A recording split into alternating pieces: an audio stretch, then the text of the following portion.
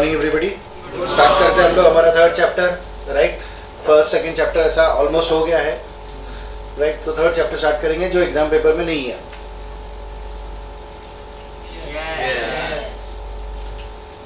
Accounting convention, accounting assumption, accounting principle, accounting concepts.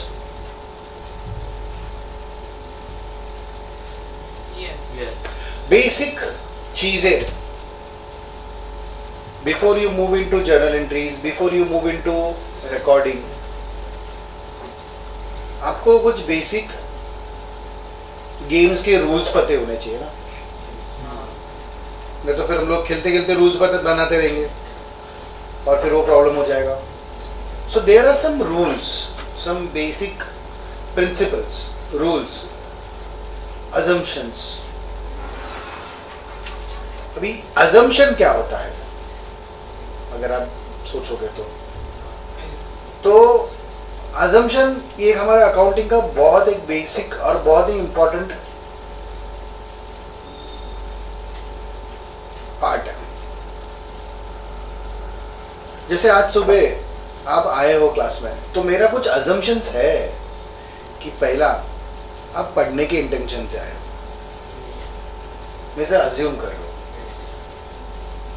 दूसरा, आप लोग कुछ खा के आए हो, अज्यूम कर रहा हूं मैं।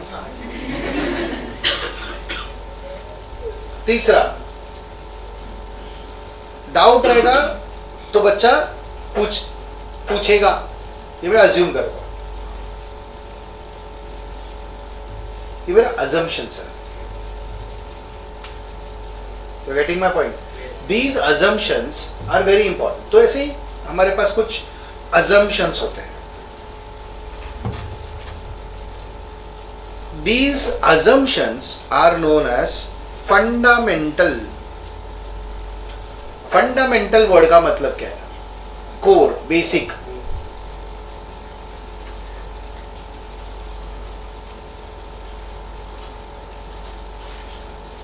अगर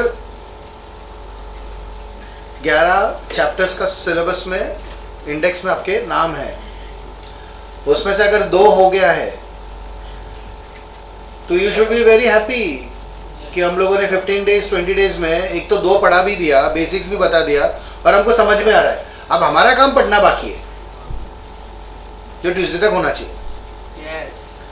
तो यहां पे आपका फंडामेंटली पढ़ाई बहुत अच्छे से होगा और कंसेप्ट के पॉइंट ऑफ व्यू से होगा। तो कोर, बेसिक बात। कंडीशंस, या हम लोग बोलेंगे प्रीमाइस। कंडीशंस का एक और मतलब क्या होता है? प्रीमाइस। कंडीशन जिसपे एंटायर अकाउंटिंग प्रोसेस डिपेंडेंट है, पूरा का पूरा अकाउंटिंग प्रोसेस डिपेंडेंट है। हम एंट्री करेंगे, हम कोई भी चीज का रिकॉर्डिंग करेंगे तो we always have a what? assumption. We always have an assumptions कि ये ऐसा होगा। कैश पेड टू सूरज, हाँ तो हम अज्यूम करते हैं कि उसको रोकड़ा दिया है, चेक नहीं दिया है, राइट। तो ये सब assumptions जब एंट्री में से देखेंगे तो हमारे ये assumptions हमारे अकाउंटिंग के कोर होते हैं, जिसमें से 3 जो assumptions है वो institute of chartered accountants of India, ICAI, सुना ही रहेगा। इंडिया का अकाउंटिंग बॉडी है, अकाउंटिंग से रिलेटेड। जैसे चलो एक काम करना है, चलो एक काम करें। इंडियन क्रिकेट टीम में खेलने के लिए आपको आना चाहिए, अच्छा। बट ये सब खेलने का, ये सब सिस्टम, ये सब मेंटेन करने का काम किसका है? BCCI का है। अरे यस और नो? आपने किसी के पेट में चाकू घुसा दिया तो ट्रैफिक वाला पकड़ेगा आपको? पुलिस पकड़ेगा ना। यहाँ पे सब चीजें पुलिस को दी गई है इस तरह से, कोर्ट से रिलेटेड, सबका अपना अपना है। इंडिया में अकाउंटिंग का हेड कौन है? ICAI। अब ICAI अकाउंट से रिलेटेड बहुत सारी चीजें, मतलब सब चीजें ही करता है। जिसमें से हमारा होता है अकाउंटिंग स्टैंडर्ड्स, हमारा एक रूल सेट किया हुआ, नॉर्म्स। बात समझ रहे हैं? जैसे बाजू के रूल, अकाउंटिंग स्टैंडर्ड्स ही चल रहा है, मतलब कि रूल्स पढ़ रहे हैं वो लोग कि ये करना है, अगर इसका बुक्स ऑफ अकाउंट्स है तो इसने ऐसा है रिकॉर्डिंग करना चाहिए, इसने ऐसा करना चाहिए। तो उसमें से सबसे पहला जो अकाउंटिंग स्टैंडर्ड्स है AS1, उसमें ही बोला गया है कि there are 3 fundamental accounting assumption. क्या बोला गया है?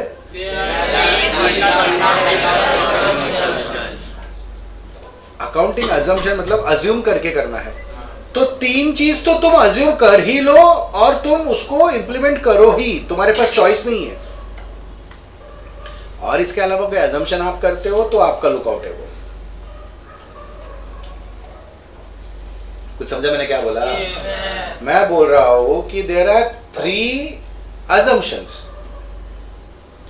जो आपको करना ही है,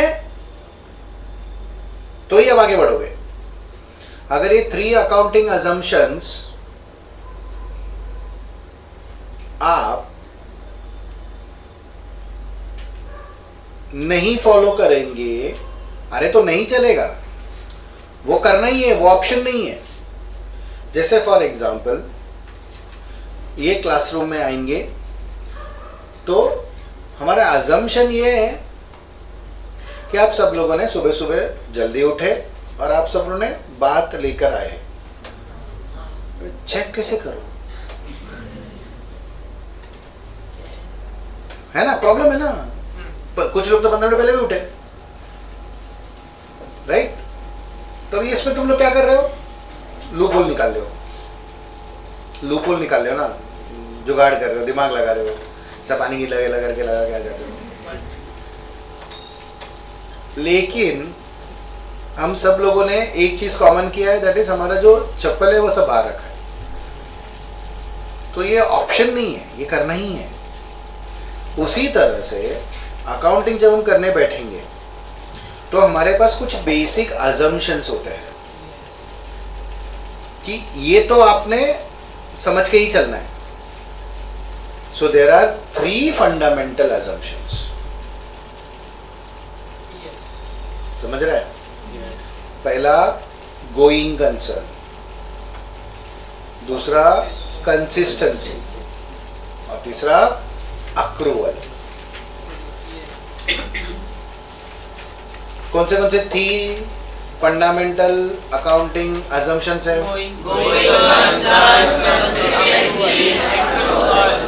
बाकी लोग कैसे हो गए?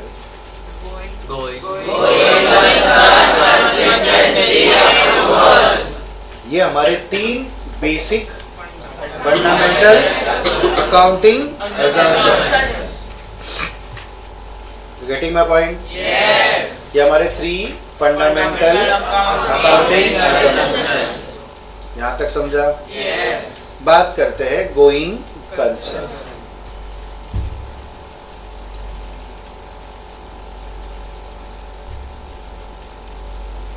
अब समझो हमने कोई एसेट खरीदा जो हमको लगता है कि 5-6 साल चलेगा। क्या एसेट? जैसा AC।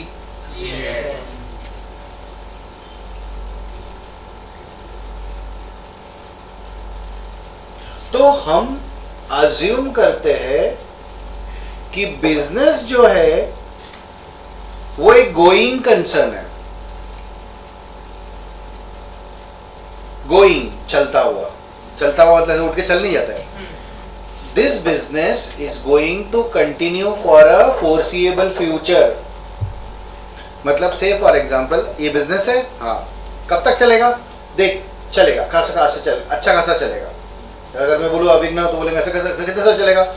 6 महीना, 6 साल, 60 साल, ऐसा कोई बोल नहीं सकते। लेकिन देखो, इट्स अ गोइंग कंसर्न, ये बिजनेस चलने वाला है। is going to run for a long period of time. Isn't it right or not? तो देखो हम ये अज्यूम कर रहे हैं कि अपना बिजनेस जो है वो एक गोइंग कंसर्न है। ये एसेट 6 साल चले 10 साल चले, बिजनेस तो उतना चलेगा ही चलेगा। हम ऐसा थोड़ी सोच रहे अरे नहीं नहीं मैं तो बिजनेस 3 साल में बंद कर दूंगा, 6 साल तक एसेट क्यों चलाओ। हम ऐसा थोड़ी सोच रहे। बिजनेस चलने वाला है for a foreseeable future, for a long period of time. Neither businessman owner have any intention of closing down the business. उनका किसी का कोई ऐसा इच्छा नहीं है बिजनेस को बंद करने का। ये ऐसा हम लोग अज्यूम करके चलते हैं। कुछ समझा? The enterprise is normally viewed as a going concern, that is continuing operation for foreseeable future. अभी ये जो है ये ऑपरेशन चल रहा है, क्या है? बिजनेस का ऑपरेशन से पढ़ाना इज एन बिजनेस का ऑपरेशन, मेन ऑपरेशन। तो देखो ये एक फोरसीएबल फ्यूचर तक चलेगा। आप अगर कोई शॉप में जाते हो तो वो शॉप, आप अगर कोई बिजनेस देखते हो तो वो business, Tata and Sons, Reliance, उनको क्या नेक्स्ट समय बिजनेस बंद करने की इच्छा है, ऐसा कुछ दिख रहा है क्या? So those business are a going concern. बात समझा? ना बिजनेस का कोई इंटेंशन है, ना ओनर का कोई इच्छा है तो डिसकंटिन्यू बिजनेस। बात समझा? That is what we call as going concern. तो गोइंग कंसर्न का मतलब समझा? Going concern is one of the fundamental accounting assumption. समझा? पढ़ो ये गोइंग कंसर्न पढ़ो। लिक्विडेशन, बिजनेस को बंद करना मतलब ताला लगा देने का, सारे एसेट्स को बेच के पैसे में कन्वर्ट होता है ना। अगर ये बेचूंगा तो इसका मुझे रोकड़ा मिलेगा, कैश मिलेगा। मैंने इसको लिक्विडेट किया।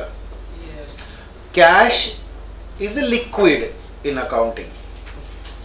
कैश को ना लिक्विड बोलते हैं। लिक्विड मतलब वो रेडी है ना, रोकड़ा है ना, फटाक से किसी में भी चला जाता है।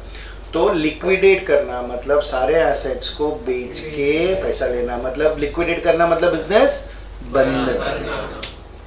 तो बिजनेस का ना कोई इंटेंशन है लिक्विडेट करने का, ना क्लोज डाउन करने के कोई ये चाहते। वैल्यूएशन जैसे हम लोग कर रहे थे ना आनंद हलवाई में जाके, भाई तेरा बिजनेस का वैल्यूएशन कितना है, तो दोज आर वैल्यूएशन। कर्टेलिंग मतलब बंद करना, कम करना। बिजनेस कर्टेल कर रहा है। जैसे फॉर एग्जांपल अगर तू मुझे पूछेगा तो मैं ऐसे ही बोलने के लिए एग्जांपल दूंगा कि अभी slowly over the period of say for example 5 years, ठीक है, इसको हम लोग बिजनेस को, ये वाले पार्ट को, ये वाले बिजनेस को, ये वाले सेक्शन को, ये वाले इसको ऐसा कम करते जाएंगे, कर्टेल करेंगे। जैसे फॉर एग्जांपल अभी आपका एक शॉप है, आप वो शॉप में कुछ चीजें बेचते हो जिसमें से आपको एक टाइप का चीज को बंद करना है, तो आप डायरेक्ट बंद नहीं करते हो, स्लोली बंद करते हो ना, तो कर्टेल कर रहे हो आप बिजनेस को। तो मतलब वही हुआ ना, बिजनेस बंद करने के लिए तो कर्टेल होता है। फोरसीएबल, मुझे एक बात बता, अभी फोरसीएबल मतलब हम लोग बोलते हैं ना कि आज से, अभी एक एग्जांपल लेते हैं, कितना साल चलेगा तेरे हिसाब से प्रोजेक्टर? सर मेरे को लगता है 5-6 साल। फोरसीएबल मतलब तो उतना उसको समझ सकता है, तो ऐसा नहीं बोलेगा 50 साल। फोरसीएबल नहीं है वो, मतलब वो तो जैसे दूरदृष्टि बोलते हैं ना हिंदी में, तो दूरदृष्टि के हिसाब से वो ऐसा लॉजिकल बात होना चाहिए। आई कैन नॉट से कि I will be using this projector for next 10 years. जा सकता है और 2 साल 3 साल चलेगा, उसके ऊपर नहीं चलेगा, बिकॉज सुबह 7 बजे चालू होता है। इसका ही ले लो ना, सुबह 7 बजे चालू होता है, आप जाते हो 10 बजे बंद होता है, आधे घंटे में 1 घंटे में फिर से चालू होता है, फिर वापस वो 1 बजे बंद होता है, फिर 2 बजे चालू होता है, तो रात को 9 बजे तक चालू ही रहता है। ये प्रोजेक्टर का, अपने क्लासरूम का प्रोजेक्टर का कमाल है। वो ऑलरेडी कितना घंटा चल रहा है, दिन का 14 आवर्स चल रहा है। फोरसीएबली मेरे हिसाब से ये ऐसा 2-3 साल ही चलेगा। 5 साल बोलने के लिए बोल सकते हैं, फ्यूचर में कितना साल चलेगा, लेकिन मेरे हिसाब से वो तो ऑलरेडी इतना यूज हो ही रहा है, तो वो उतना उससे ज्यादा नहीं चलेगा। What is what we call as foreseeable future. जैसे आप लोगों का फोरसीएबल फ्यूचर मतलब आप नेक्स्ट 4-5 साल का प्लानिंग कर सकते हो। Yes. आपका फोरसेबल फ्यूचर उतना ही है, आप उसके ऊपर प्लानिंग करेंगे, वो क्या गलत कर दोगे। आपका मेन प्लान होना चाहिए कि नेक्स्ट 5 साल तक मुझे मेरे पढ़ाई पे पूरा ध्यान देने का है। अगर मैं कोई प्रोफेशनल कोर्स में एनरोल करता हूँ अभी, तो मुझे भी पूरा फोकस उस पर देना है। That should be your planning, that should be your approach. आपने किस चीज को बेस रखा, आपने कुछ सोचा ना, फ्यूचर के बारे में कुछ सोचा ना, कौन सा फ्यूचर, जितना आप सोच सकते हो उतना सोचा, फोरसेबल फ्यूचर तक सोचा। नेक्स्ट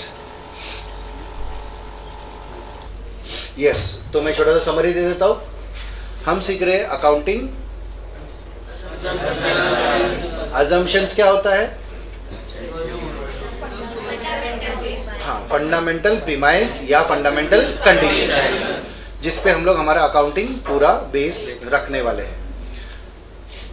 ऐसे देखने गए तो ऐसा देखने गए तो अकाउंटिंग अजम्पशंस बहुत सारे हैं, लेकिन हम लोगों ने अकाउंटिंग अजम्पशंस को 2 कैटेगरी में बांटा है। पहला वाला समझो फंडामेंटल अकाउंटिंग अजम्पशन, जो आपको फॉलो करना ही है, उसमें चॉइस नहीं है, वो रूल है, वो फॉलो करना है। बाकी आप कुछ और फॉलो करते रहेंगे तो करो। बात समझा? जिसमें से पहला है हमारा गोइंग कंसर्न। गोइंग कंसर्न बोलता है कि आप जब भी बुक्स ऑफ अकाउंट्स में रिकॉर्डिंग करोगे, तो आप हमेशा ये इंटेंशन से रिकॉर्ड करने का कि ये जो बिजनेस है ना, ये एक फोर्सेबल फ्यूचर तक चलेगा। ये बिजनेस का ना आपका बंद करने का इच्छा है, ना बिजनेस कम करने की इच्छा है। This business is going to run for a foreseeable future, neither have any intention or necessity to close down or liquidate.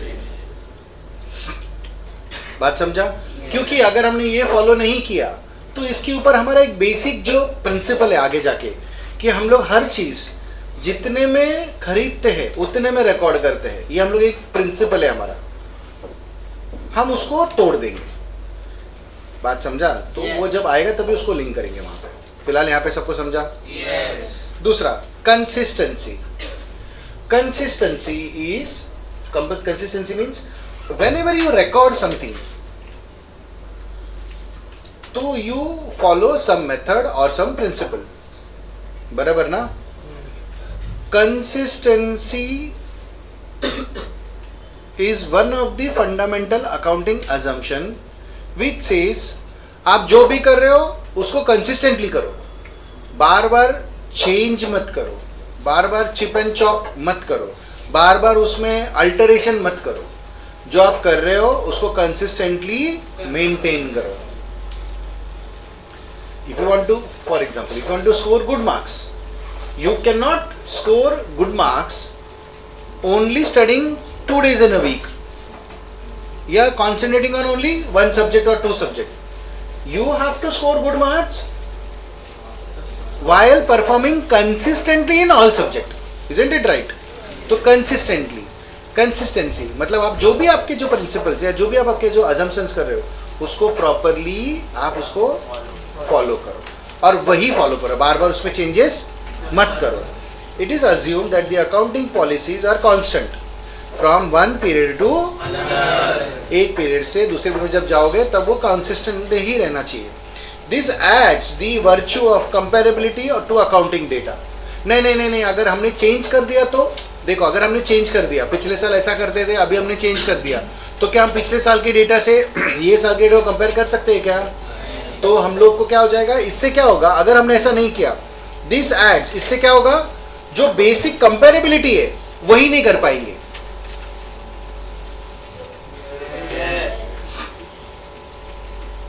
Exactly एक साल पहले 23 जुलाई 2021 110% आप इस टाइम पे सोए थे।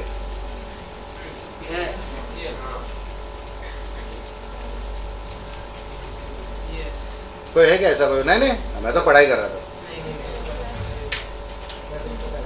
110% उनका कॉन्फिडेंस देखो, क्योंकि तभी सब कोविड का सेकंड वेव था, ऑलमोस्ट सब कुछ बंद ही था, और तुमने 10th के नाम पे क्या किया तुमको भी मालूम है।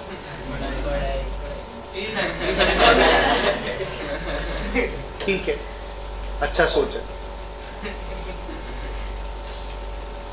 तुम में से कितने लोगों को लगता है कि उसने, एक सेकेंड, मैं बात कर रहा था कंसिस्टेंसी के बारे में। कंसिस्टेंटली आपको वही चीज रिपीट करना चाहिए, क्योंकि अगर आपने पिछले टाइम कुछ किया और ये टाइम कुछ किया तो कंपैरेबिलिटी ही नहीं होगा ना। आप जैसा भी बात कर रहे थे, पिछले साल को ये साल के 20 दिन से कंपेयर कर ही नहीं पाएंगे। आप ये 20 दिन को कंपेयर नेक्स्ट 20 दिन से कर सकते हो, नेक्स्ट ईयर के, जब आप लोग 12th में रहोगे और तभी मैं पढ़ाऊंगा, तब मैं बोलूंगा कि तुमने पिछले साल से ये साल ज्यादा पढ़ाई किया कि कम पढ़ाई किया। तुम बोलोगे ज्यादा या कम, कुछ तो बोलोगे ना। लेकिन क्या आप पिछले कोविड को और इसमें कंपेयर कर सकते हो? क्योंकि कंसिस्टेंसी नहीं है ना वो। इसी के लिए अगर हमने कंपेयर कर दिया ऐसी चीजों में जहां पे कंसिस्टेंट नहीं है, the relevance of accounting data और जजमेंट या डिसीजंस वेज गॉन। रेलेवेंस मतलब जिस पे हम भरोसा कर सकते हैं, जो सही बनता है। कोई लॉजिक ही नहीं बनेगा ना। लास्ट अगर मैं बोलूं सर पिछले साल से मैंने डबल पढ़ाई किया है ये 20 दिन, तो मैं टेंशन में आ जाएगा, पिछले साल तो 0 किया था,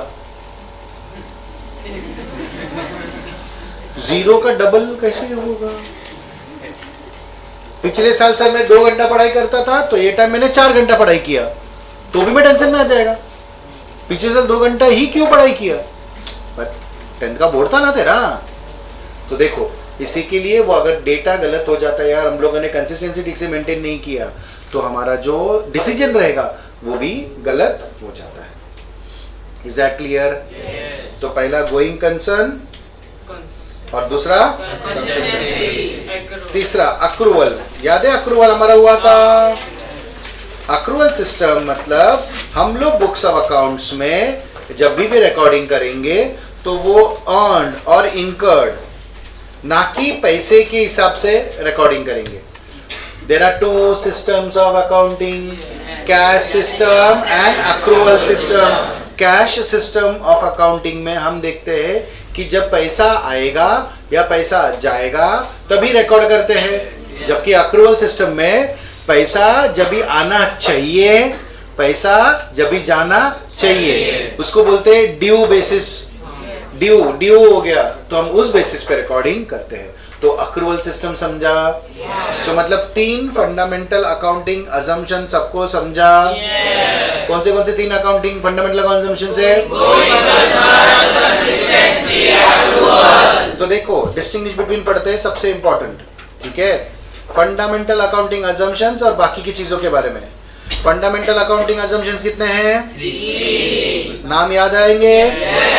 और यहाँ पे कोई लिस्ट नहीं है, कुछ भी हो सकता है, कोई भी आपका पॉलिसी हो सकता है ना, आप पॉलिसी कोई भी डिजाइन कर सकते हो, मैं ऐसा नहीं करूंगा, मैं वैसा, वो पॉलिसी आप कुछ भी करो। So there is no list, कोई लिस्ट नहीं है। अकाउंटिंग करने के टाइम पे आपको जो पॉलिसी लगता है आपने वो बनाया। Is that clear? यहाँ पे फंडामेंटल अकाउंटिंग अजम्पशंस आपको फॉलो किया तो आपको ऐसा बताने की जरूरत है क्या कि मैंने अकाउंटिंग अजम्पशन फॉलो किया, फंडामेंटल अकाउंटिंग अजम्पशन फॉलो किया? क्यों नहीं बताने की जरूरत है? क्योंकि वो करना ही है ना। मेरे पास ड्राइविंग लाइसेंस है, ऐसा बताने की जरूरत क्या है? अगर मेरे इसमें और मैं गाड़ी चला रहा हूं और मेरे पास ड्राइविंग लाइसेंस नहीं है तो मैं बताऊंगा ना। फंडामेंटल अकाउंटिंग अजम्पशन तो करना ही है फॉलो, तो अगर आपने फॉलो किया तो अलग से डिस्क्लोज मतलब बताना जरूरी है क्या?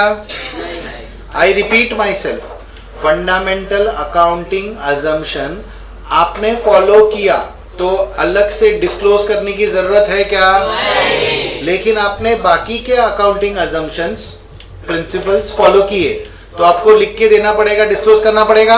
हाँ, नेक्स्ट, अगर ये जो फंडामेंटल अकाउंटिंग अजम्पशन है आपने फॉलो नहीं किया तो आपको लिख के देना पड़ेगा।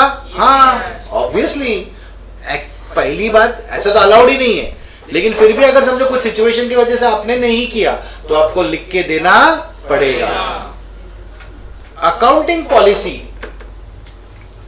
बराबर ना, चेंज होता है या कुछ भी होता है, आपने फॉलो किया नहीं तो लिख के देने की जरूरत है क्या? नहीं ना, वो है ही नहीं कंपलसरी, तो लिख के देने की जरूरत क्या है? यहाँ पे चॉइस है क्या? यहाँ पे समझा? कितना सिंपल है। छोटा सा रिवाइज करते हैं, डिस्टिंग्विश बिटवीन पॉलिसी अजम्पशंस। एक है 3 फंडामेंटल अजम्पशंस और दूसरा है बाकी के सारे। अब ये 3 में आपने फॉलो किया तो आपको ऐसा अलग से डिस्क्लोज करके देने की जरूरत है क्या? अभी लिस्ट में ऐसा लिस्ट ही नहीं है, आपने कोई तो भी 5 फॉलो किया तो आपको लिख के देना पड़ेगा ना। हाँ, मैं ये फॉलो करता हूँ, ये फॉलो करता हूँ। फंडामेंटल अकाउंटिंग अजम्पशन ऐसा ऑप्शन तो है ही नहीं कि आप फॉलो नहीं कर सकते हो, लेकिन समझो अगर आपने फॉलो नहीं किया तो आपको बताना पड़ेगा ना। इधर लिस्ट ही नहीं है तो बता के क्या करेंगे? इसी के लिए बोलते हैं फंडामेंटल अकाउंटिंग अजम्पशन में कोई चॉइस नहीं है और वहां पे चॉइस है। समझा? अकाउंटिंग अजम्पशन सबको समझा? पक्का? ये पढ़ लो यहां तक, फिर कंटिन्यू करेंगे आगे। We have some accounting concepts.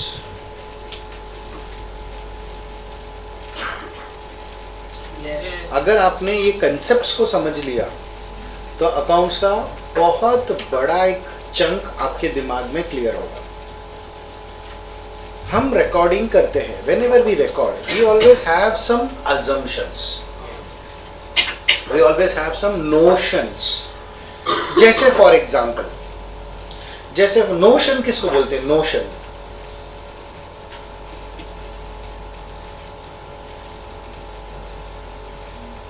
School में बेल बजना ही चाहिए। वाई? लेक्चर खत्म हुआ तो सब टीचर्स के पास तो घड़ी है। हाँ तो बोल रहा हूँ ना, तो बेल बजने की जरूरत क्या? टीचर के पास तो घड़ी है ना। यहाँ पे क्यों नहीं है? yes. ऐसा अच्छा, किसी के पास नहीं है करके फिर स्कूल में घड़ी लगा दिया, बेल लगा दिया। ओके, और इट इज बिकॉज किसी का समझो फॉर एग्जाम्पल मिसमैनेजमेंट हो सकता है। बेल बजाने से क्या होगा? जो भी इवेंट है वो ऐसा हिल के रुक जाएगा और वो टीचर चेंज होगा। You getting my point? जैसे फॉर एग्जाम्पल अभी आपका क्या हो रहा है? अभी आपका एक लेक्चर हो रहा है 2.5 घंटे 3 घंटे का। अगर हमने उसको सोचा कि 1.5 आवर के 2 लेक्चर रखने के लिए, तो फिर 7 to 8:30 एंड 8:30 to 10 बराबर।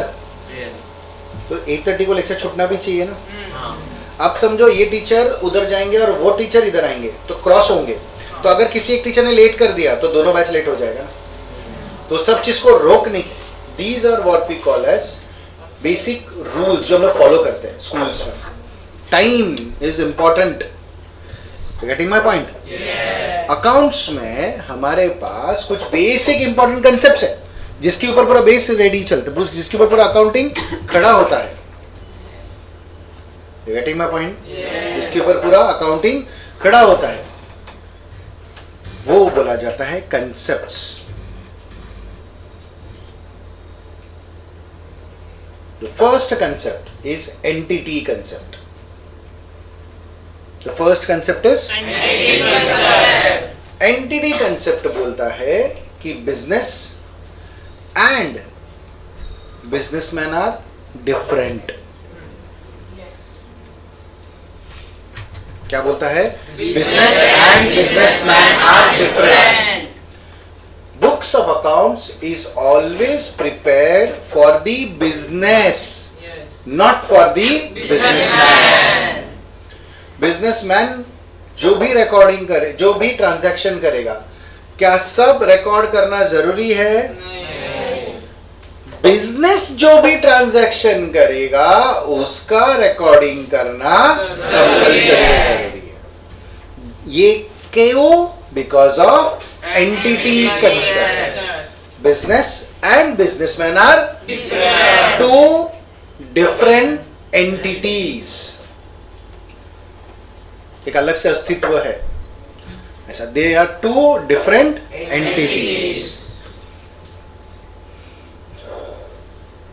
It is assumed that the business is separate from the owner. इसी के लिए owners personal transaction जो वो पर्सनल प्रॉपर्टी से करेगा आर नॉट रिकॉर्डेड इन दी। बात समझा? इसी लॉजिक को हमने लास्ट लेक्चर में देखा था और तब हमने बोला था कि capital is a amount invested in the business by the owner. याद आ रहा है? तो कैपिटल जो है वो बिजनेस के लिए एसेट है कि लायबिलिटी है?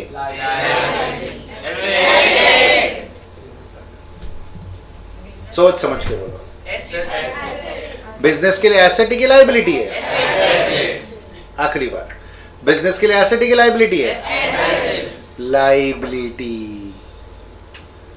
सही कहां से आ रहा है? क्योंकि ध्यान से सुनो, बिजनेसमैन और बिजनेस आर डिफरेंट। अरे यस और no? Business and businessman are different. तो अगर वो डिफरेंट है तो बिजनेसमैन ने अगर बिजनेस को पैसा दिया तो बिजनेस रिटर्न देना चाहिए ना? और बिजनेस रिटर्न देगा मतलब इसको तो लायबिलिटी बोलते हैं हम लोग। इसी के लिए जो ओनर प्रोप्राइटर होता है is called as capital, is shown as liability as the payable amount. यहां तक समझा? इसको हम लोग बोलते हैं सेपरेट एंटिटी। ये सारे ऑर्गेनाइजेशन को चलता है इररेस्पेक्टिव कोई भी लॉ लगे ना लगे। जैसे कोई भी लॉ लगे नहीं लगे, सर ये समझा नहीं। जैसे मैंने आपको ये भी बोला है कि in the eyes of law, कानून के मुताबिक अविघ्न क्लासेस और सनी ये दो अलग अलग नहीं है। ये दोनों अगर तुमने कुछ कांड किया, हाँ तो सनी सर को पकड़े लेके आएंगे। बराबर, तू बराबर जा रहा है। अगर समझो तुमने इधर कुछ किया, समझे, तो कानून मुझे ही पूछेगा। मैं नहीं बोल सकता कि अविघ्न क्लासेस रिस्पॉन्सिबल है, लेकिन अकाउंट्स में अविघ्न क्लासेस और शनि sir are treated separately. Business and businessman are different. This is the basic conclusion. क्या? Entity concept. सबको समझा? पक्का? आगे बढ़ो। Dual aspect concept. ड्यूअल मतलब एस्पेक्ट मतलब इफेक्ट्स। हर ट्रांजैक्शन का there will be two effects. एक डेबिटरम या डेबिट, दूसरा क्रेडिटरम या credit. There will be always two effects. हम लोग double entry system of accounting follow करने वाले हैं। याद आ रहा है? यूनिवर्सल सिस्टम है, तो we will be always using debit and credit. तो there will be always two effects. Yes. कुछ ना कुछ आएगा तो कुछ ना कुछ आएगा। बात समझा? जैसे बिजनेसमैन ने जैसे बिजनेसमैन ने समझो कैपिटल लगाया बिजनेस में 1,00,000 रुपया, तो बिजनेस में पैसा आया और वो रिटर्न देना है। So there are 2 effects. आया और गया क्या? सर अभी गया नहीं पर जाएगा, देता हूं बाद में, लाइबिलिटी। बात समझा? ये प्रोजेक्टर का स्क्रीन आया और कैश गया। बात समझा?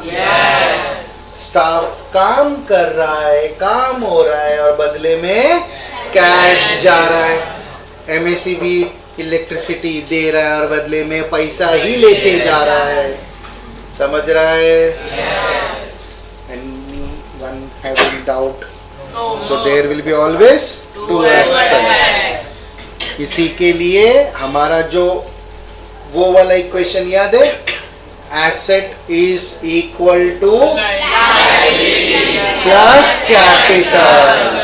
Capital is a part of यहाँ पे लाइबिलिटी ऑफ अ बिजनेस। तो कभी भी अपने को 2 एस्पेक्ट दिखेगा ही। समझो आपने माल खरीदा, गुड्स गुड्स गुड्स याद आ रहा है, बिजनेस के लिए गुड्स। तो 2 एस्पेक्ट कौन से?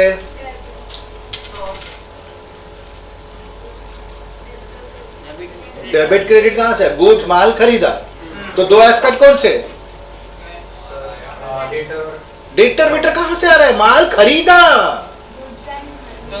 गुड्स एंड पैसा, कैश खरीदा बोल रहा हूं मैं गया, मैंने माल खरीदा, मैंने बोला उधार में खरीदा, मैंने माल खरीदा बोला मैंने, तो मैंने माल लाया, बिजनेस में क्या आया? गुड्स आया, बदले में क्या जाया? अरे समझा क्या? मैं गया और कैमरा लेके आया। 2 एस्पेक्ट कौन से? कैमरा और कैश का आने का। अब वो कैश चेक में गया, वो बात की बात है, पर कैश मैं गया और मैंने 5 फैन लाए और बोला पैसा बाद में दूंगा।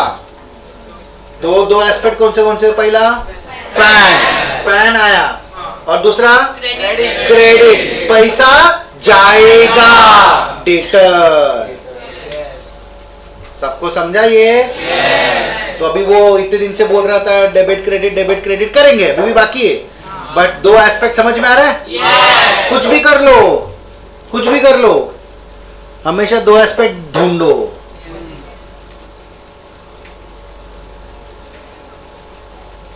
आंख बंद करो, सांस लो। पैसा लूंगा मैं ना, लेकिन तू देगा क्या मेरे को? बाद में कैसे रहेगा? मंगलवार सुबह 7 बजे कैसे रहेगा? मंडे को ही दे देगा तू? चल दे, शाम को आके देगा। 3,32,812 रुपया। बोल, मेरे इधर सांस लेने का इतना ही पैसा है। बोल, तुर क्यों बोला? ऑक्सीजन। तूने ऑक्सीजन क्यों लिया मेरा? राइट? तो मेरे साथ मस्ती मत करने जा। क्या हो गया? शाम को आ रहा था ना तू? बोल सॉरी बोल। तो देखो, इन शॉर्ट, एक तो पहला 0 था क्योंकि फ्री है, फिर वो मस्ती करने गया तो मैंने फटक से मेरा टैग लगा दिया। कोर्ट में केस करेगा तो भी मैं जीतूंगा। मैं बोलूंगा यहाँ पे सबसे ज्यादा प्योर हवा दे रहा हूं मैं, कुछ तो भी करके प्रूव करूंगा मैं। हंसेगा वही। इसी के लिए कभी भी याद रखने का, देयर आर ऑलवेज 2 एस्पेक्ट्स। जब भी 2 एस्पेक्ट नहीं दिखते, रिकॉर्डिंग कैसे होगा? ये सुन के मैं मर गया। 2 एस्पेक्ट कौन से? सनी गया, ठीक है। हाँ, पहला बुक्स में से कैसे जाएगा? कुछ रिकॉर्ड है ही नहीं, आएगा ही नहीं। बात समझ में आ रहा है? तो देयर ऑलवेज मॉनेटरी टर्म्स में होना चाहिए और 2 एस्पेक्ट मिलना चाहिए। Is that clear? ये भाई साहब ने बिजनेस स्टार्ट किया, मालूम है, दिखता नहीं है शक्ल से, बट ठीक है हम लोग बोलते एग्जांपल में, इसने बिजनेस स्टार्ट किया। अब बिजनेस स्टार्ट करने के टाइम पे इसने घर से फर्नीचर लाया। क्या गया पता नहीं, वो लाया फर्नीचर, उसने बोला ऑफिस में फर्नीचर चाहिए। तो बिजनेस में ये कैपिटल है कि नहीं है? है ना। दो एस्पेक्ट कौन से फर्नीचर और कैपिटल, क्योंकि वो लाके पैसा लेके नहीं गया ना, बिजनेस में लगाया। समझा? So there will be always two effects. दूसरा समझा?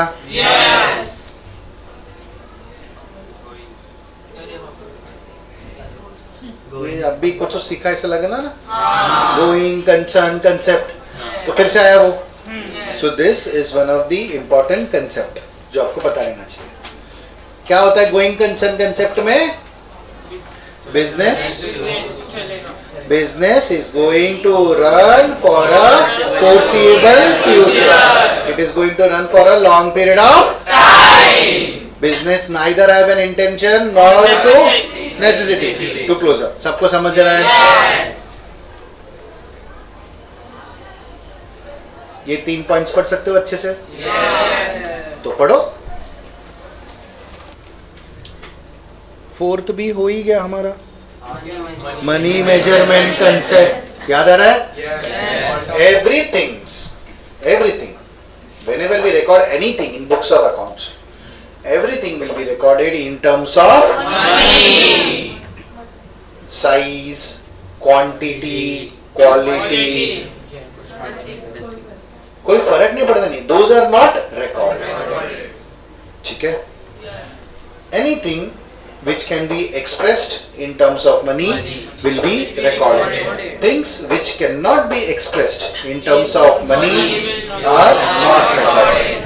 जैसे मी चाललो बसा बोंबलत, रेजिग्नेशन ऑफ अ मैनेजर, तुम्हारे लिए खुशी की बात, सनी सर का डेथ हो गया, डेथ ऑफ एन एग्जीक्यूटिव, ये सब देखा? Yes, are the events which can not be expressed in money.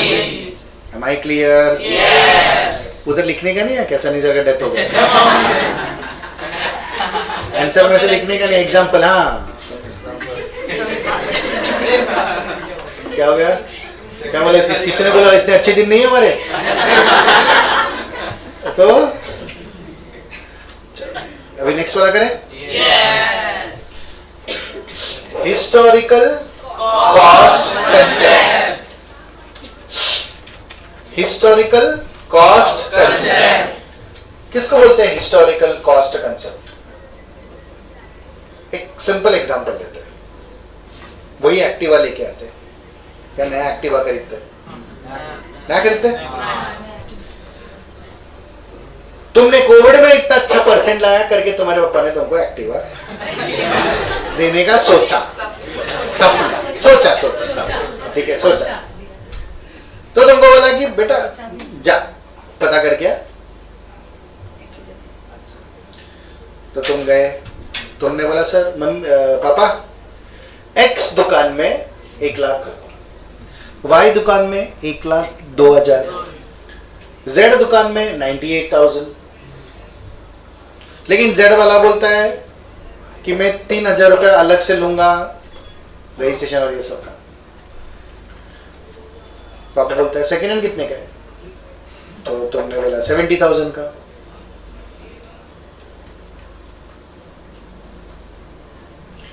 ये सब में पापा ने अपने फ्रेंड के दुकान से ही लाया तुम्हारे लिए bike 1,03,000।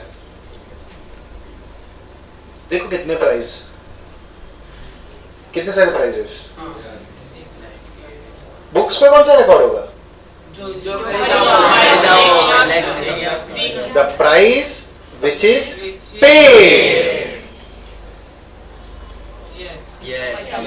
That will be the cost. वही कॉस्ट होगा। इसका इतना है, इसका सेकंड में इतना है, इसका इतना मिल सकता था, ये इतने में बिक सकता था, ये इतने में ला सकता, आपने कितने में खरीदा, that is the cost concept. और 3 साल के बाद, 1 साल के बाद, 2 साल के बाद, 3 साल के बाद जब भी कुछ भी अकाउंटिंग करोगे, बेचोगे, डेप्रिसिएशन स्टार्ट चार्ज करोगे या कुछ भी करोगे, तब आपने जितने में खरीदा उसी को बेस लेके चलोगे। इसके लिए बोलते हैं 1 साल, 2 साल, 3 साल के बाद, वो हिस्टोरिकल कॉस्ट है ना, हिस्टोरिकल कॉस्ट कंसेप्ट। बात समझा? ऑल दी सब्सिक्वेंट रिकॉर्डिंग, कुछ भी आगे का, it will be always on historical cost. जमीन, प्लॉट, लैंड आपको मिल रहा था 1 करोड़ में, आपने खरीदा 98 लाख में, रिकॉर्ड कितने में होगा बेटा? 10 साल के बाद उस जमीन का भाव है 5 करोड़ रुपया। सामने एक इंसान खरीदने के लिए रेडी है, बोलता है 5 करोड़ 10 लाख रुपया। वो बोलता है अभी के अभी मैं ब्लैक में भी दूंगा तो 5 करोड़ 3 लाख रुपया। तुम बेचोगे अभी कि नहीं? किसने बोला बेचना है? मैंने बेचो, मैं जरूरी जबरदस्ती बेचना है, नहीं बेचना है मेरे को। इन शॉर्ट, भले 10 साल के बाद उसका प्राइस कुछ भी होने दो, उसका कुछ भी मिलने दो, अपने बुक्स में उसका वैल्यू कितना रहेगा?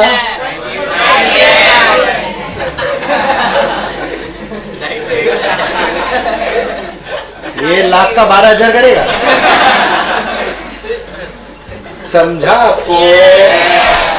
आप बुक्स में हमेशा हिस्टोरिकल कॉस्ट से ही चलोगे, इर्रेस्पेक्टिव उसका प्राइस क्या है, क्या होने वाला है, क्या होके गया है, क्या कुछ नहीं। हमने कितने में खरीदा, हमारे बुक्स में वही प्राइस होगा और आगे का जो भी अकाउंटिंग होगा वो उसी प्राइस पे होगा। That is called as historical cost concept. किधर पैसा बचा है? मतलब 98 में खरीदा और वो 98 लाख में खरीदा। ठीक है, देखो हाँ, ये बहुत इंपॉर्टेंट चीज हो रहा है डिस्कस। ठीक है, 98 लाख में खरीदा, 5 साल पहले या 10 साल पहले खरीदा था, उसका आज का भाव है 5 करोड़ रुपया। तो बोलता है सर बाकी का 4 करोड़ 2 लाख रुपए दो, पार्टी करना है। तो वही है ना तेरा प्रॉब्लम, मतलब किधर लिखेंगे ना। तो इसके लिए एक अलग कंसेप्ट है, कनेक्ट करता हूं, इसको बोलते रियलाइजेशन कंसेप्ट।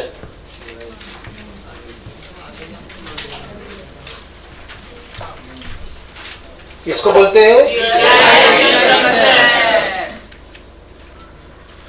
जब तक प्रॉफिट रियलाइज मतलब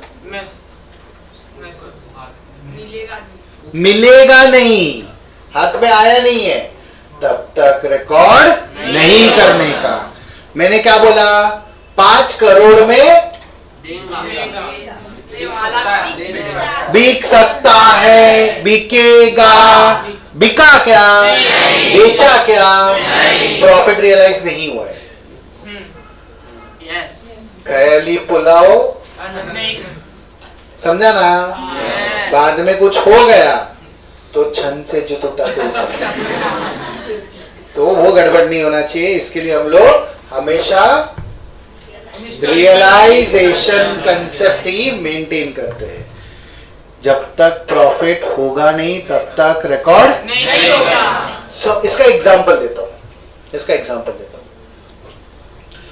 समझो मैं बैग बना के बैग बेचता हूं। मैंने बैग बनाया 500 रुपए में।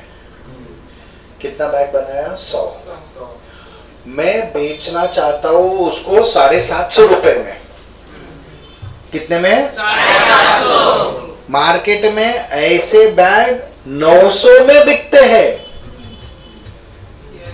तो मैं ऐसा बोलूं, अरे 400 रुपए का तो प्रॉफिट होने वाला है, अरे होने ही वाला है, हुआ नहीं है, तो मैं क्या गलत बोल रहा हूं क्या? 400 रुपए का प्रॉफिट होने वाला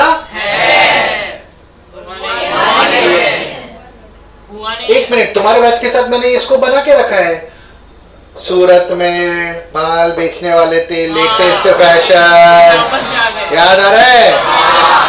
पर वहां पे लेटेस्ट फैशन तो और लेटेस्ट था, याद आ रहा है? उधर भी तो वही प्रॉब्लम था ना कि होने वाला है, हुआ नहीं है। अब होने वाला है, हुआ नहीं है, अगर हमने इसको मान लिया बुक्स में और गलती से वही मोदी जी आए और बोला लॉकडाउन और भाव गिर गया, समझा ना, तो प्रॉब्लम हो जाता है। इसी के लिए रियलाइजेशन कंसेप्ट हमारा बहुत इंपॉर्टेंट कंसेप्ट है, हिस्टोरिकल कॉस्ट कंसेप्ट बहुत इंपॉर्टेंट कंसेप्ट है। बात समझा? यस बेटा। प्रॉफिट और रिकॉर्ड होगा, प्रॉफिट जब होगा तब रिकॉर्ड होगा। सेम लॉस के लिए भी फिर कर सकते हैं, लॉस हुआ अभी मेरे को आप अलग कंसेप्ट में लेके जा रहे हैं, concept of conservatism.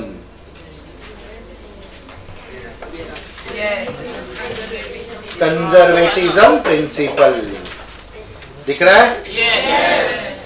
Exact opposite, profit कब रिकॉर्ड करने का? जब रियलाइज होगा तब, जब होगा तब। लेकिन लॉस कंजर्वेटिव अप्रोच रखने का, लॉस अगर लग रहा है कि होगा तो पहले उसको बुक्स ऑफ अकाउंट्स में रिकॉर्ड करने का। सर ये क्या चालू है ना, मजाक समझ में नहीं आ रहा है ना? कि तो अच्छी बातें को बोलते हैं जब तक होगा जब तक रिकॉर्ड नहीं करने का, बुरी बात को पहले रिकॉर्ड करने का, इसको बोलते हैं प्रूडेंट प्रिंसिपल।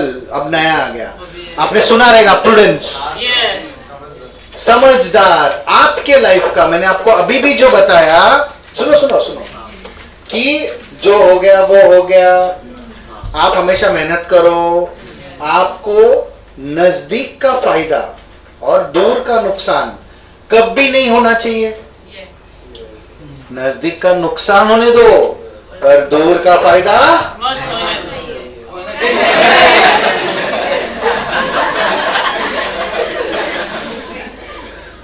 क्योंकि आप सोचो, आपका लाइफ है, आप पढ़ाई कर रहे हो, आप पढ़ाई कर रहे हो तो आपने ऐसे पढ़ाई करना चाहिए कि आपका हमेशा लॉन्ग टर्म बेनिफिट होना चाहिए, बराबर नहीं? तो आप प्रूडेंट चलते हो हमेशा। आपका, मैं हमेशा प्रूडेंट प्रिंसिपल यूज करूंगा, मैं हमेशा प्रूडेंट प्रिंसिपल यूज करूंगा। आपके साथ जब भी बात करूंगा, मैं आपके साथ आपको खुश करने के लिए नहीं बोलूंगा, आपके लिए जो सही है लॉन्ग टर्म के लिए मैं वही चीज करूंगा। इसी के लिए आपने देखा रहेगा, मैं आपको एग्जांपल दे सकता हूं। मंडे, लास्ट मंडे मेरा तबीयत खराब था, मुझे सिर्फ मालूम था मुझे सिर्फ 3 घंटा कैसे भी करके लेक्चर लेके निकलना है। मुझे अगर 3 घंटा मैंने ठीक से कर दिया, क्योंकि तुम्हारा लेक्चर वेस्ट नहीं करना था, ताकि मैं तुमको बोल सकूं कि देख तबीयत खराब रहता है तो काम कर, जितना हो सके काम कर। उसके बाद जब लेक्चर लेने आया उसके बाद से कभी मुझे देख के लगा नहीं, क्योंकि लॉन्ग रन में मैं तो काम अलग कर। प्रूडेंट हो, प्रूडेंट, कभी भी नजदीक का नुकसान होने देगा चलेगा, लॉन्ग टर्म लॉस नहीं होना चाहिए, किसी का बर्बादी नहीं होना चाहिए।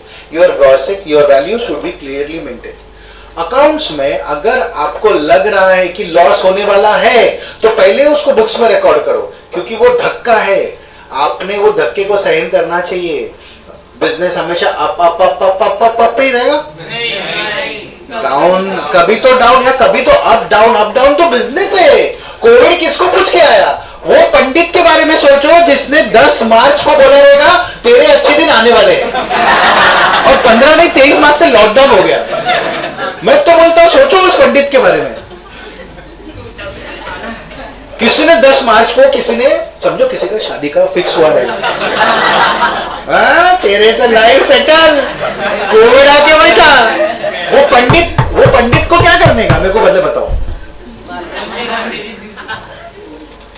मैं क्या बोल रहा हूँ, मैं गलत बोल रहा हूँ क्या? तभी नहीं चल रहा था क्या? चल रहा था। अरे सब सोचो ना, किसी ने 14 मार्च को बोला रहेगा ये पूजा कर ले, सब सेटल। हाँ करोड़पति। अबे कोविड हो गया, सब बंद हो गया। सोचो इसी के लिए ये सब चीजों पे मैं इसके लिए बोल रहा हूँ और कुछ नहीं। ये सब बाबा बीबा रहते हैं ना, 1 किलोमीटर दूर रहने का, नहीं तो पीटी में रहते ना ये 1 हैंड डिस्टेंस, इनसे दूर रहने का। ये डेंजरस लोग रहते हैं। ये ना तुमको समझ में नहीं आता है, बट तुम्हारी बातों को तुम्हारे पे यूज करते। हाँ सॉलिड बोल बच्चन, सॉलिड। आपको मैं बोलो ना क्या बोल रहे हैं? मैं क्या बोल रहा हूँ, तो समझ में आ रहा है ना? सोचो ना उस पंडित के बारे में जिसने 10 मार्च 2020 में बोला सब चंगा सी रे, तेरा लाइफ एकदम सेटल, ये पूजा कर ले फिर तू देखना तेरा लाइफ एकदम रॉकेट। हाँ मतलब इन शॉर्ट लाइफ क्या मतलब तुम समझ रहे हो ना? Unpredictable, uncertain as well as full of surprises. You should be ready with it. नहीं मेरे को नहीं चाहिए सर, कोविड नहीं चाहिए। अबे ऐसा कोई ऑप्शन नहीं था। बात समझा ना? अरे मेरे को याद है, मैं बोल रहा हूँ तुमको, कोविड जब हुआ 15 मार्च बंद हुआ, मेरे को अच्छे तरह याद है। 15 मार्च से 21 मार्च पहला हफ्ता हमको लगा था कि 10 दिन, और हमारे पास तो क्या मोदी जी थे जो बंद करके थाली बिली बजा के सेटल करने वाले थे। अपने को लगा था कि 10-15 दिन दिया जलाने का, शंख बजाने का, राइट? तो अपने को लगा था कि 10, तो मैं ठीक है अभी 1 हफ्ता प्रॉब्लम हो गया। बाद में ऑनलाइन शिफ्ट हुआ, मैं बच्चे के साथ ऑनलाइन आया। मैं बोला यार बेटा, राइट? हम लोगों ने अब तक क्या क्या सीखा? Historical cost concept, realisation concept, conservatism principle. Historical cost concept में everything are recorded on cost basis, और एनी सब्सिक्वेंट मतलब आगे का कुछ भी, जब हिसाब किताब कुछ भी अकाउंटिंग होगा, it will be always on historical cost only. वही बेस बनेगा, वही कॉस्ट प्राइस आगे के अकाउंटिंग के लिए बेस बनेगा। Next, realisation concept. जब तक रियलाइज नहीं होता है प्रॉफिट या कोई भी चीज, तब तक उसको बुक्स में रिकॉर्ड। और कंजर्वेटिज्म मतलब लॉस अगर होने वाला है, ऐसा अज्यूम भी हो रहा है, ऐसा प्रिज्यूम भी हो रहा है, तो हम लोग, इज दैट क्लियर? ये तीनों पढ़ो फिर।